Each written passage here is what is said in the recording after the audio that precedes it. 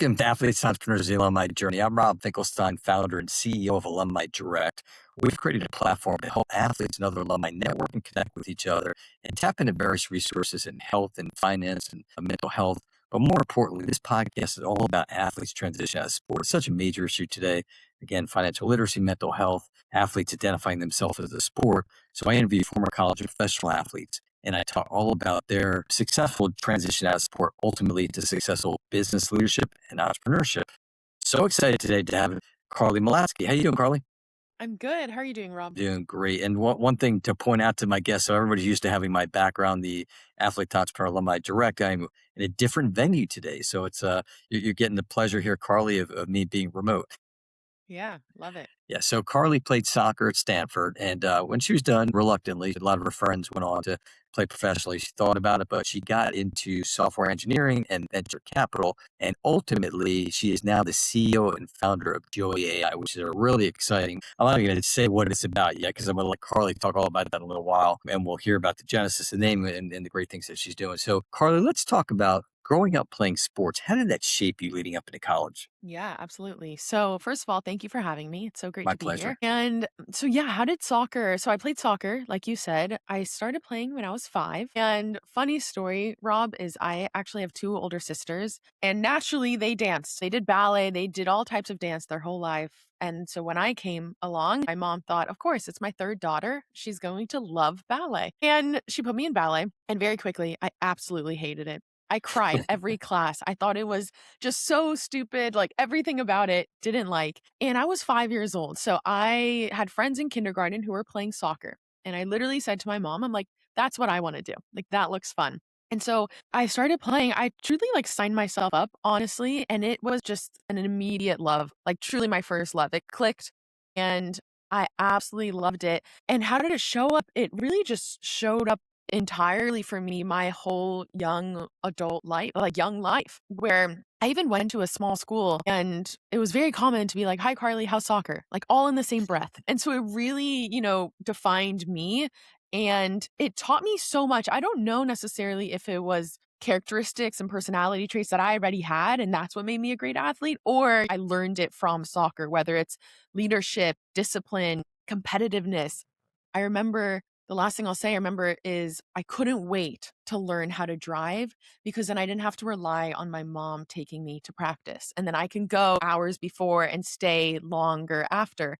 Because I just loved it. I loved it so much. And I had a lot of dreams to play for many, many years. So yeah, it was very, very defining. It was definitely my first love. Well, you can definitely tell that you're passionate about it for sure. And I'm sure even today, the pickup game is ready for you. You're like, all right, let's go. I'm come get out there. So let's talk about transition out of sport again. Education is so important. And we talked a little bit off air that sometimes some of the older guests that I've had, we didn't have that opportunity to have any kind of education about the transition out of sport once it's over. Did you have that at Stanford? And I don't mean just like a 1 day workshop, but more like either a class or like a extended workshop. To be honest with you, no, actually. Like, I really didn't at all. I can talk about my own Stanford journey and how I navigated the transition because I do really think the transition for me happened at Stanford rather than after Stanford. Yep. And that's when like the mental part of it really came into be. But in terms of your actual question, like, no, there weren't any classes, there weren't any lessons or people that came and talked to us.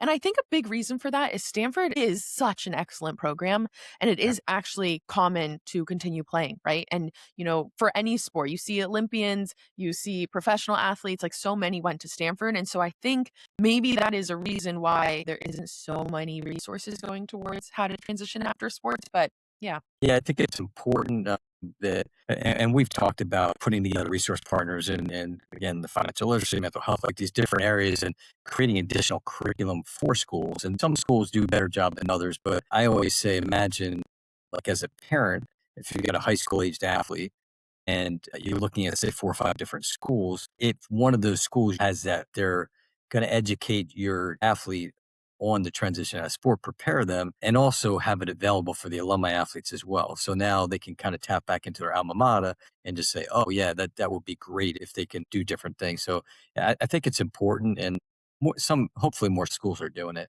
But it sounds like you had it individually was great, and I think a lot of people same thing. They set up their what do you want to call it, your plan B, plan C. And I think it depends on the sport you're playing, also how good you are. Like for me, I was a runner and I ran cross country and track. I got hurt my sophomore year, but when I ran, I was on the fringe of varsity. I ran varsity, but like on the back end. So I was never going to be an Olympian or a professional athlete, a track or a long distance runner. So for me, it didn't really matter.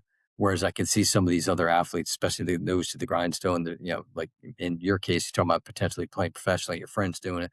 It's a little bit of a different story. Yeah. I went into Stanford planning to play for many years. And that's the thing. I think it was definitely a path. It's funny because Stanford breeds entrepreneurs and it's just everywhere. And I didn't even know the word startup growing up, Yeah. never heard it in my household.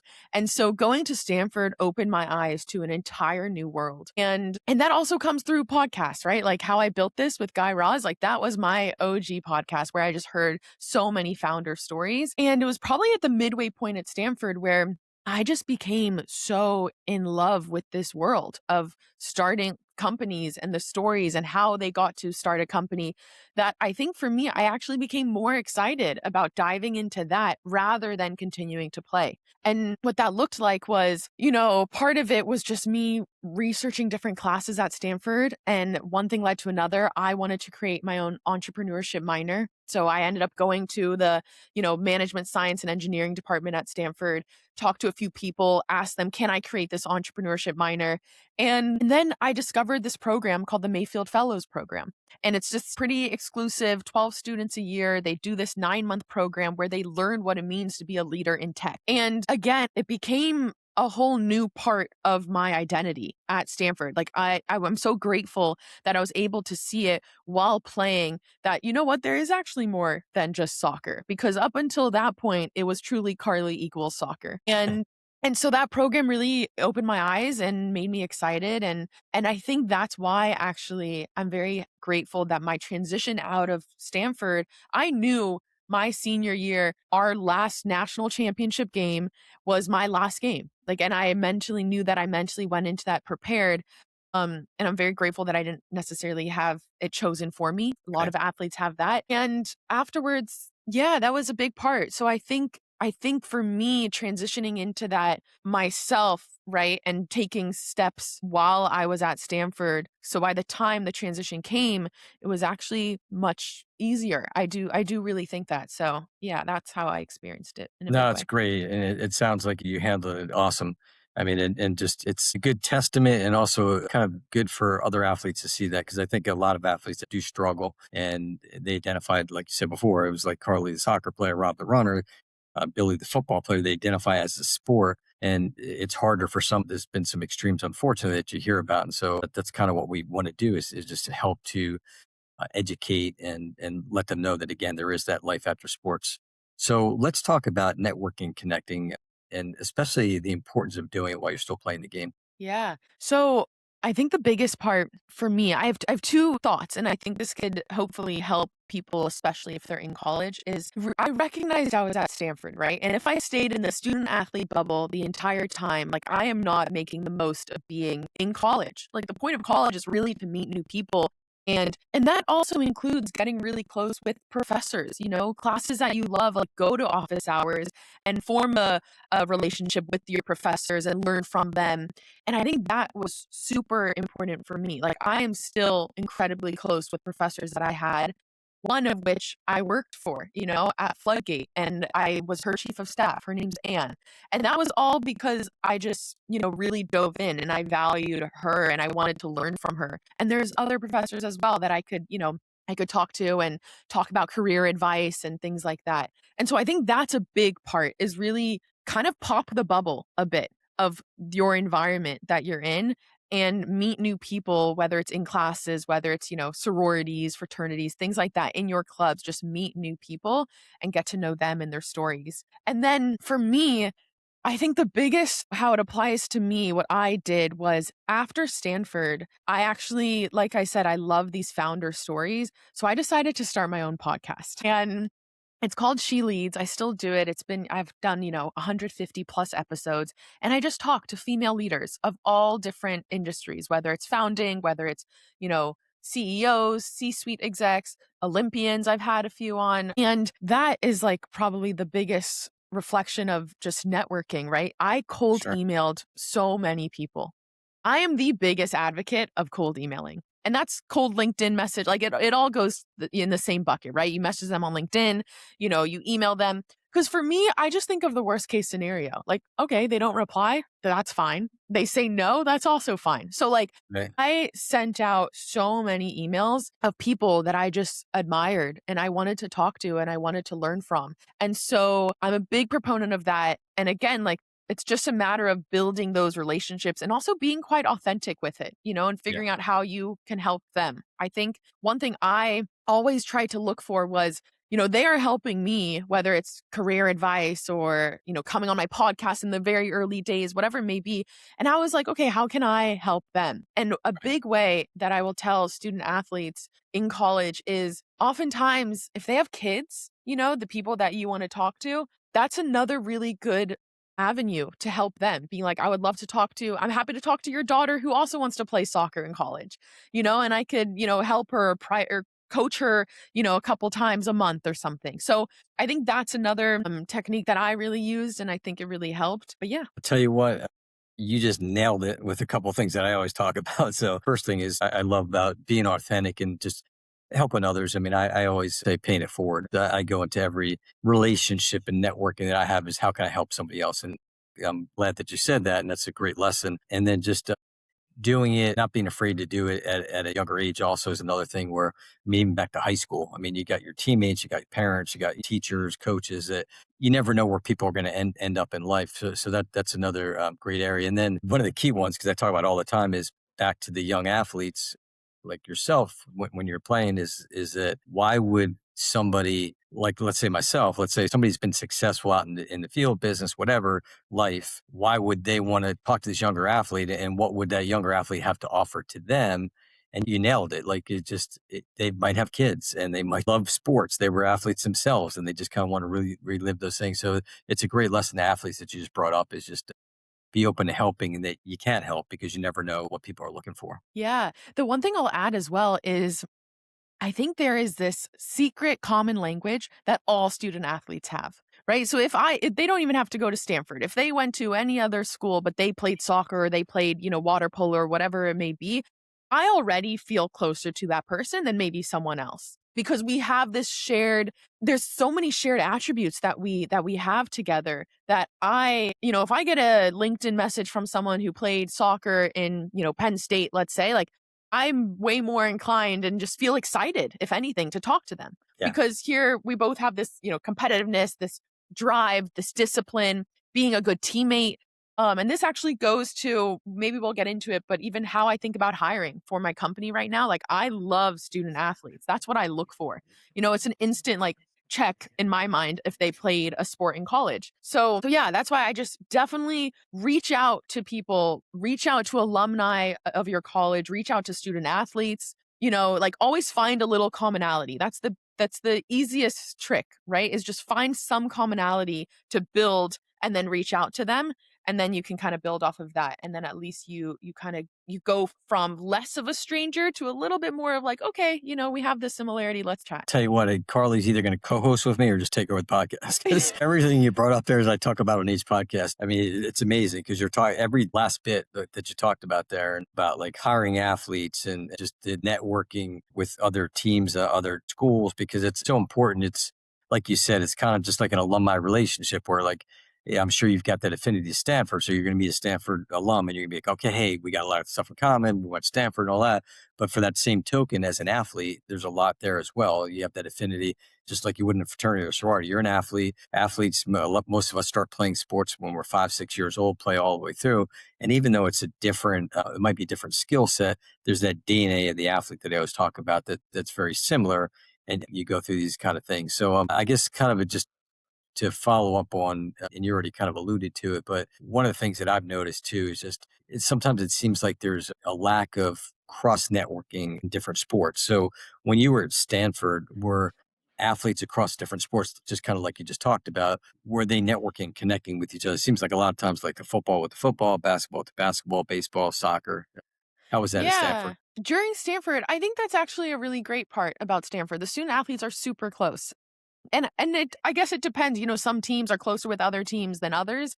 Like for instance, for soccer, we were always really close with football and men's soccer. And a large part of that, right, was because we arrived to campus, for preseason August 1st. Now I think it's Right. even earlier.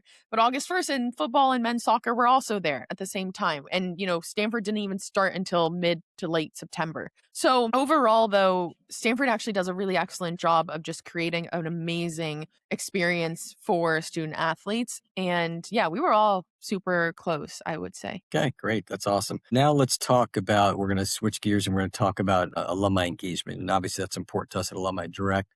So talk about, was Stanford bringing back athletes to not just for the homecoming games and all that or golf tournaments, but where they bring back athletes to work with the other current athletes, like bringing back alumni athletes to work with the athletes, and maybe not just specific to the sport, but also again, just as looking at as an athlete culture altogether. Yeah. I can only share from a Stanford women's soccer experience. So Okay. what that means is I don't think so from the greater, student athlete world of Okay. being an athlete at Stanford. And if there is, then I don't necessarily know about it and I want to know about it. But yes, with Stanford, we've created, and this is actually not too old. It's actually pretty a recent initiative. And it was started by one of my teammates, Avery. And she basically is all about this, right? Which is how do you transition out of college? And so now we actually have all of Stanford women's soccer together. So that's women who played back in the early 1990s and older, and then also, girls that are on the team currently and almost helping them for their transition. And so yeah, there's a little bit of a mentorship program as well. We get on, Zoom calls together and just meet each other. And I think that's like a phenomenal way because there's nothing closer than being a Stanford women's soccer player, right? Like the Right. sport, the school, everything. Everything is so aligned and you truly know what you need to do and who you need to be in order to succeed in Stanford women's soccer at the Stanford women's soccer program. So yeah, there is a little bit of that and I'm not too sure how effective it is from or at least what Stanford is doing on a greater Right. picture with all athletes. Yeah, and it's great that they're doing that, at least at your level with the soccer. I think it's so important. We talk about all the time about the value of bringing alumni back. I always bring this one up, but I was on a call with our athletic department for my school, and I had a Hall of Famer on with me, a friend of mine who's a Hall of Fame football player there, played 10 years in the NFL. And we were like, how can we help? Like, just tap us in. And they didn't necessarily have the bandwidth maybe to manage that. And it's a shame because I think we're starting to see, especially maybe some of the conversations I've had with Division 2, Division 3 schools is like trying to bring back their alumni athletes and having them at different networking events and kind of talking about what they're doing and how they can help and all that. So yeah, I think it's important. So I don't know if you got a chance to watch any or listen to any of the podcasts. And I always say this sometimes. So I got the one question. So if you did listen or watch it, you know what the question is. If not, it's not a big deal. So we're going to play a little game. We're going to hop in the DeLorean and we're going to play a little Back to the Future. So we're going back to freshman Carly at Stanford. 10 words or less. What advice would you give her? Oh, wow. Okay, so I actually I didn't know this question, so let me think. I think I would say everything will work out and there's more like things will be better than you thought it would and like there will be more than soccer in life and things like that. Something along those lines. That's good. And it's funny because a lot of times people like, some people they just jump right into the answer. Other people like they're trying to count and they were like thinking about like, oh my gosh, but that's a tough question. So now we're going to get back in the DeLorean. We're going to go to senior year. So what words of advice, 10 words or less, would you give the senior Carly? 10 words of advice for senior Carly. I will say this, freshman Carly to senior Carly, completely different people. It's actually amazing. Like it's crazy for me to think about. I think also like there's so much exciting things ahead and I think I would be really proud of myself, like almost just thinking of the 4 years that I did go through at Stanford. Almost like a you did it and now get ready for a whole new ride. You go. All right. I like that one. So let's talk about transition out of sport. Okay. So it sounded like you kind of had a good game plan yourself going through college and putting together, but talk a little about that. So now, you played soccer your whole life and now all of a sudden you're like, okay, I'm kind of done. I mean, you might still be active in it, but you're done playing competitively. And now you're out in the real world and you're doing the software engineering to ultimately venture capital and running your company. So how was your transition out of sport? Yeah. So I will say I graduated in 2020. So COVID, threw us a little bit in a loop.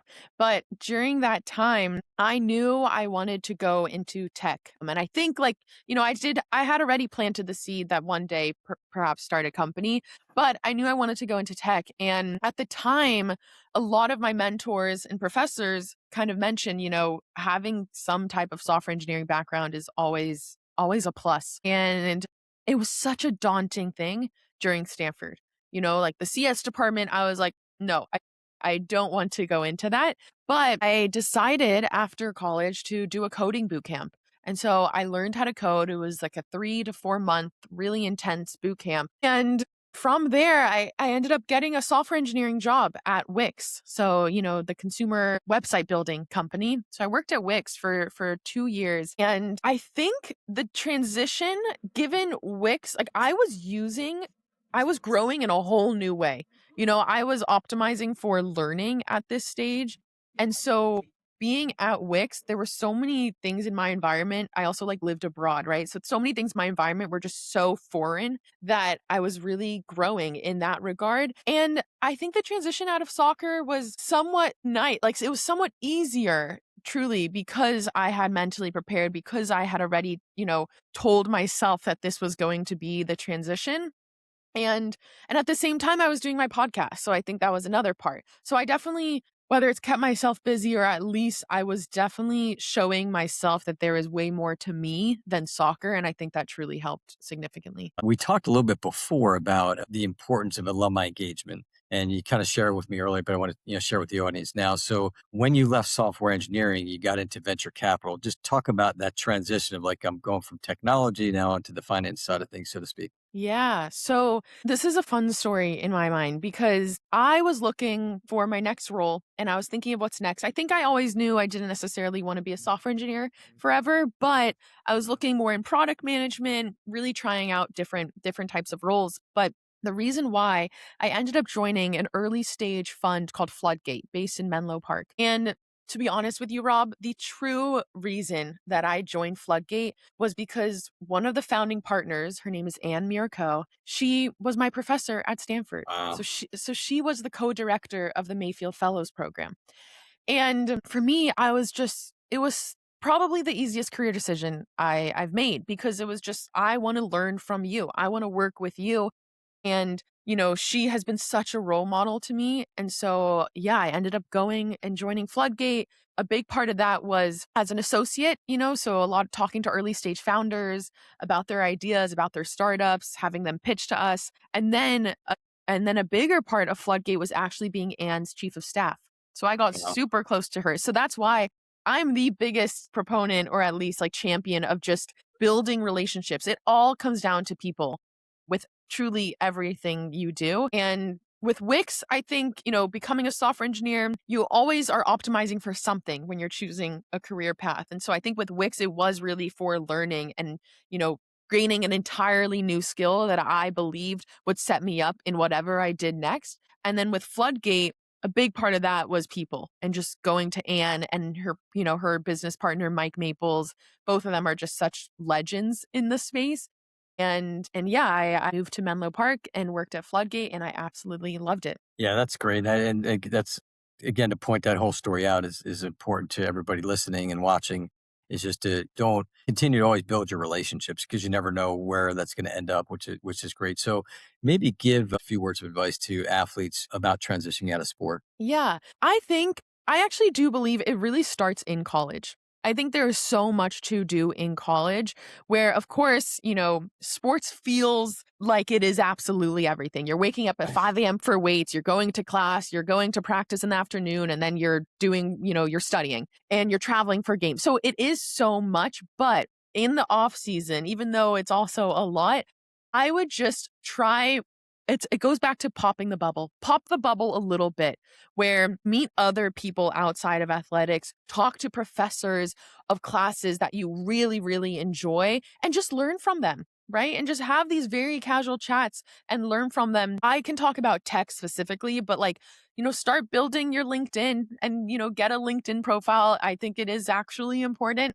even as a mechanism just to reach out to people. And I did a bunch of, this is actually funny. I haven't thought about this in a while, but I did a bunch of very odd jobs. Okay, during Stanford. So a lot of different internships during school because summer it was actually quite hard to do an internship Right. because of soccer. And one job in particular, I sold mattresses to students and rented out mattresses. So beginning of school, I would be driving a U-Haul and I hired some wrestling friends on the wrestling team to come and install these rented out mattresses to students. And then at the end of the year, I would get my U-Haul again, rent out a U-Haul, and then go collect these mattresses. And it's such a weird job, but it taught me actually so much that was a little bit different than just sports, right? And here I am now leading a small team and, thinking of the business side and how do we optimize and how do we market it? And so I think I would just like say yes more to opportunities that are outside of sports if you already know you're thinking of that transition out of sports. And I think what that can tell you is one, maybe guide you into what are your passions that are potentially outside of sports and also what are you not passionate about. I think that is just as useful information. And that will then give you is this confidence to say, okay, I'm graduating and it's not the most daunting thing that I'm not playing my sport anymore because I've taken advantage and I've done other things beyond my sport. And if internships are hard, if all of that, I would say the biggest thing is really just meet new people and get dinner. Like you have to eat dinner. So try eat Right. dinner with someone else and someone new in your class and whatnot. I think that is probably the biggest advice and just all about keeping those relationships, and like relationships take work. They're not just there and they're going to sit there Sure. and then suddenly you can reach out 5 years later and just be like, hey, can I have a job? Like that, unfortunately, won't work. No. So it does take check-ins and, getting, catching up with each other and all of that, I think is a big, big thing. Yeah, absolutely. No, great advice there. And just we're going to touch real quick and then get into Joe AI. But you talked briefly about it before. Talk about employers hiring athletes, like especially when it comes to whether they're hiring athletes or just athletes in general becoming entrepreneurs. As an entrepreneur, how I think about hiring or No, I mean more like it just like I guess how does the athlete's skill set lend to becoming perfect. either Yes. somebody hireable for a company or becoming an entrepreneur? Yes, totally, totally. So I can give you a couple of things. I think from a founder perspective, I think what lends itself so well is what it's like to be on a team and to build a team and to have a shared mission, right? And building culture. I think that is probably one of the most important things. I think it really helps being quite competitive. I'm a very competitive person, and I think that really I do believe it will lend itself quite well to just starting a company naturally and also just discipline. And I have somewhat of a obsessive quality, right? Like I love soccer and I did everything I possibly can to improve my own game. And that's, playing way more than when I had club practices. And so I think just that quality actually lends itself quite well to founding a company is because now my whole world is just consumed by Joey, then this company I'm starting.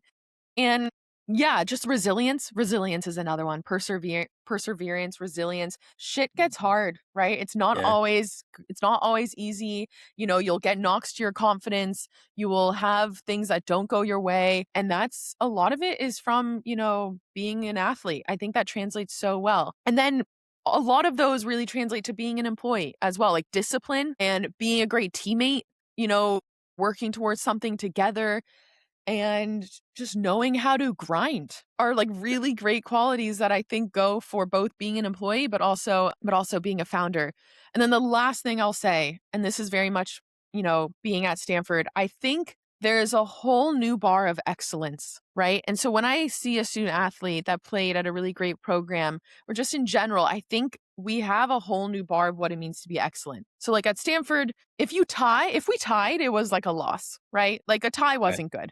You either win or you lose. And so I think for us, I think there was over the span of my Stanford career, I'm pretty sure we lost about 4 games, like something Wow. wild like That's that. crazy. Right. And so I kind of have that mentality and I know it's shared across so many student athletes. So those are a couple attributes that I really love about student athletes and how that transitions to both employee but also as a founder. All righty. So now let's get into a little Joey AI. And I guess first thing is where'd the name come from? Yes. Okay. So first let me tell you what it is and then the name will make Yes, more yeah, that's, sense. that's true. Okay. Good Yes. point.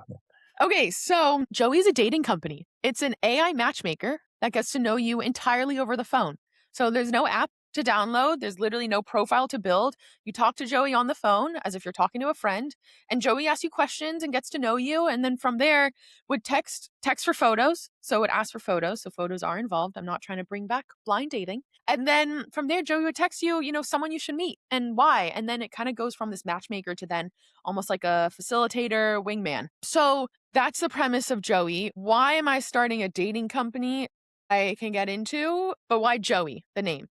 Yeah. So Joey, yeah. So I knew I wanted a name, like a name of a person. That was really important to me because it is truly this, something that lives in your phone contacts. There's no app that you're downloading. You're building this almost rapport with Joey, this trusted relationship to find you a match. I knew I wanted a name. I also really like the fact that it's pretty unisex, right? So you I have was going to ask you that. yeah. So you have, Joey King is an actress, and that's my go to. But it's unisex. And then also, it's really this fun, it evokes almost this trust and this emotive, like positive emotion that comes from it. And then the last thing about why I chose Joey is the voice of Joey is actually an Australian accent. And that's very intentional, of course. But you get a baby kangaroo is called a Joey. And I think that's a really fun symbolic meaning too of just jumping into something new and a new relationship and all of that. So once Joey came up, it was very much clicked. I was like, oh, yep, it's Joey. That's what it is. Now again, you said Joey's a unisex name. Is there a Joey male and a Joey female? Like as far as you're talking about your wingman when you're like calling in? Yeah, great question. Right now, it's a male voice. It's a male Okay. voice. I do think in the future, it's almost like a choose your voice, if you will. But right now, it's a male voice. Yeah. Okay. Yeah. That was always like if you think about there was I guess I don't know if it was Waze or like one of these apps where you could pick the voice you wanted. And it's always like I always talk about like Morgan Freeman because like Morgan Freeman is like he played God, it's like, Right. like when you're in trouble, you're just like you're at a source, like to be able to say, okay, like talk to me, Morgan, where am I at? That's Yeah, totally, totally. all right. So to talk about then, again, the genesis of Joey and you talked about a little bit how it works, but just, go into a little more detail on that. Yeah, absolutely. So I have loved relationship science for many, many years. Not too long ago, actually, I found in my Google Drive this deep mental map from 2016. So speaking of freshman year at Stanford, I created this mental map of dating apps at the center and where is it going in the next 5 to 10 years. And I've always loved it. A lot of it actually from an evolutionary psychology perspective. And so when I joined Floodgate, the early stage VC fund, I would see so many dating startups and I had to know everything about each one. So I talked to the founders, I talked to users. I became known as the dating app guru at my fund at Floodgate. And for me, they were all truly copy paste of what's existing today, right? So you get Hinge, Bumble, Tinder. They were all the exact same with a slight nuance. And the nuance was never that interesting to me. And so I would be, whiteboarding my own ideas and then erasing them and being like, Carly, let's not start a dating company. Let's relax. Like, cause it was just such a passion of mine. Right. And everything truly changed when ChatGPT came out. I just saw this major shift that humans now are comfortable talking to AI, right? And what we're comfortable sharing. And not only are we getting this instantaneous response, but now a very satisfactory one. And so AI can almost facilitate these somewhat anxiety inducing, vulnerable conversations. And then voice AI was really the next little trajectory there where I talked on the phone to AI completely unrelated to dating. And, 5-minute phone call conversation felt like a couple seconds, honestly. And it really clicked. This was fall of 2024. And I was like, this is where dating is going without a doubt in my mind. And so I left Floodgate in early 2025. I told Anne, right? I said, Anne, I think I'm going to start this dating company. And she literally just nodded and she was like, yep, that makes sense. That makes sense. And so yeah, that was the big move. And in January, I moved back home into my childhood home for a few months, really just to test and validate the idea. and be very scrappy, and ran a bunch of experiments, and everything just continued to strengthen my conviction. I just became so excited about this and knew without a doubt, like, this is how we're shifting. This is where it's going. And now we are in LA and it's live and it's been really great. We're making matches daily. So it's awesome. That's great. So tell us how people can find AI and Yeah. yourself as well. Totally. So I am on Instagram. So it's my full name, Carly Malatskey, on Instagram. Also on LinkedIn is where you can find me. I have a Substack for my podcast as well. And then Joey is, call Joey AI on Instagram as well. And I'm also on TikTok.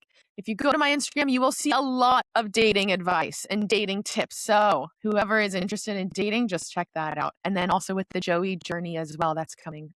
So yeah. Hey, this has been great. We really appreciate this. And you can find us at alumnidirect.com. The Athletes Entrepreneurs, the Alumni Journey podcast is on our YouTube channel as well across Spotify and Apple and all the other ones. But each week we have, I always call them the nuggets. We have great nuggets. Carly gave a lot today. I mean, like I said, she was kind of like in my head here about a lot of the stuff they always talk about. So it was, we definitely had a little bit of a mind meld there. So we always say that we want to help at least one athlete, but I mean, we want to help a lot more people. So athletes out, don't be discouraged. There's people out there who want help. And if you need help, definitely ask for it. So Carly, again, thank you so much. Of course. Thank you, Rob. This was so fun. That's my pleasure.